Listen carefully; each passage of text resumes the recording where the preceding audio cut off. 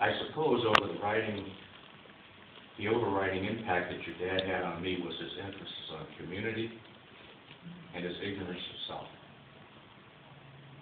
The significance which he gave to sustaining these entities marks the great value of his life.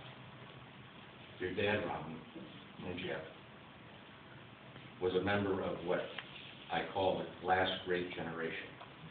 His principles, his devotion to society, his commitment to work for the good of the whole are benchmarks of that generation.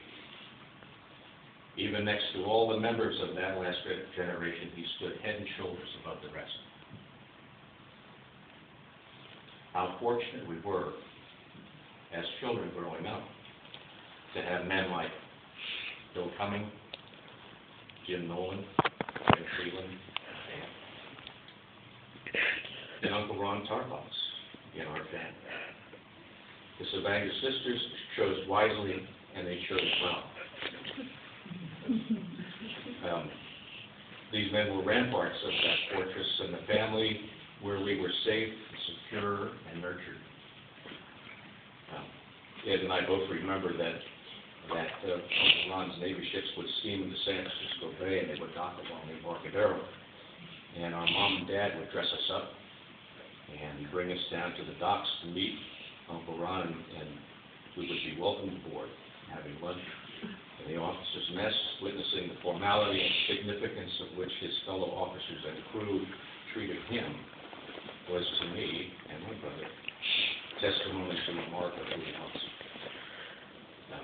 His wife Julie remarked to him recently that in her conversation with Uncle Ron, he consistently gave her importance and allowed her to feel comfortable and of worth. I thought about her comments and realized he interacted with me in much the same way. I reckon before one can give the gift of significance to someone else, they must first possess a strong sense of self-worth.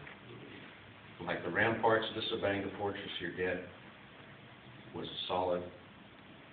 Ron Tarbox knew who he was, and he met the world full on. Many years ago, one of my most cherished mentors explained that it would be important for me to live my life in such a way, and that when I passed on, the world would be a better place for my having lived. There is today no doubt in my heart that Ronald Tarbox left the world a better place for his having walked and sailed this earth. Uncle Ron, may the wind always fill your sails, may the seas lay calm before your prow, and may your hand on the helm be solid as it continues to guide us through the voyage of our lives. We will live forever in the love that fills our hearts. That was Uncle Ron.